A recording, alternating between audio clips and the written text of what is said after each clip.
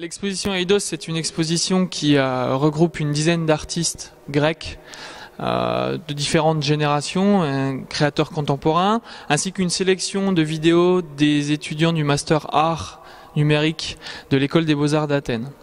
Le concept de l'exposition et son titre, Eidos, est en fait un terme grec qui se définit en 3 traductions, idée, modèle et empreinte, ce qui nous permet de convoquer en fait aussi bien l'idée sous forme intellectuelle que l'idée sous forme de trace et de marque, l'empreinte. Et Eidos veut dire ces 3 choses-là, l'idée, la pensée, l'empreinte, la marque, et puis le modèle, la chose à laquelle on se réfère. Dans la grande salle de la galerie d'exposition, on a une présentation d'une série de Manolis Baboussis, qui est un artiste photographe, qui nous présente une série de photographies d'ATM, de distributeurs de billets de banque, qu'il a photographié dans le monde entier, et qui nous montre, avec cette simple photographie de distributeurs de billets, comment le monde entier s'uniformise et devient quasiment identique d'un bout à l'autre de la planète. Ici, on est devant une proposition de Vassilis Vlastaras,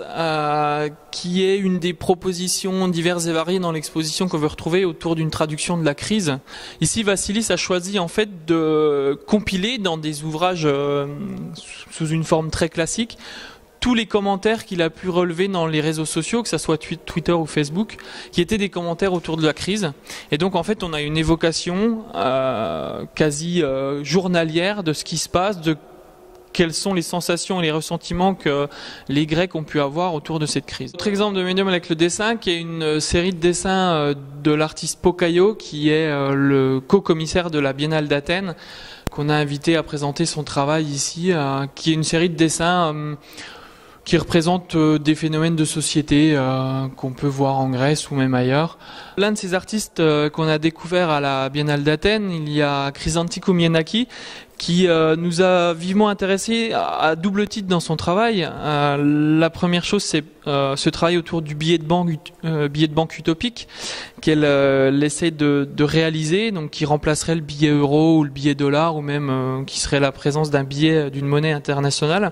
Et puis la deuxième chose, c'est qu'elle a essayé dans ce travail de l'utopie de prendre comme logo en fait de ce billet des architectures de Claude Nicolas Ledoux.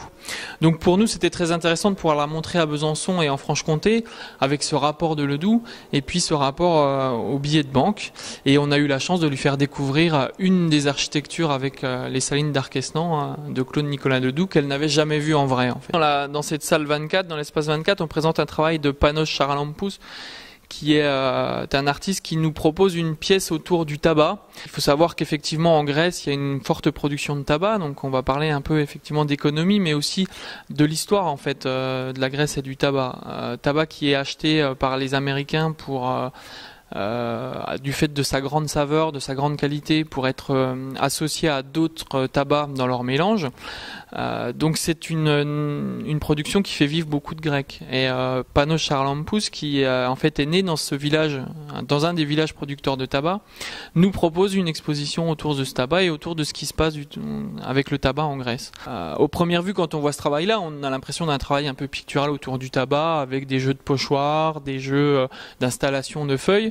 Et en fait, c'est aussi un travail qui parle beaucoup d'économie et du phénomène mondial, puisque ce tabac est acheté par les Américains sous le coup du prix qu'ils veulent bien l'acheter, et donc toute une économie de la Grèce est sous l'emprise du choix des fabricants de tabac américains. On a tenté de montrer toutes les générations d'artistes et aussi quasiment tous les médiums. Dans cette dernière salle, les sous-sols de l'ISBA, on a en fait la restitution de 3 performances qui ont eu lieu durant la soirée d'ouverture.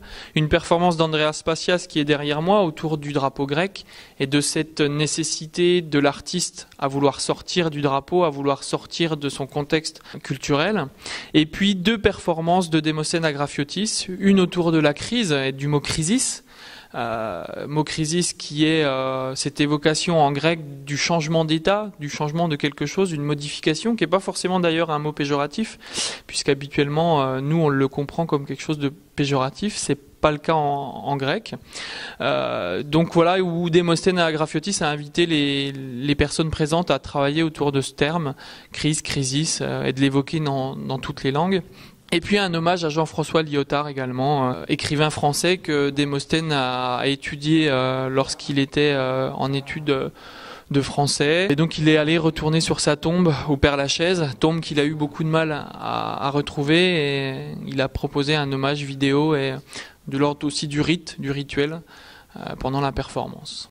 Alors Eidos, c'est une exposition qui se déroule du 12 mars au 4 avril 2014 à l'Institut supérieur des Beaux-Arts de Besançon, dans tous les espaces de l'Institut, c'est-à-dire la Grande Galerie, les sous-sols et l'espace 24. 12 rue Denis Papin à Besançon.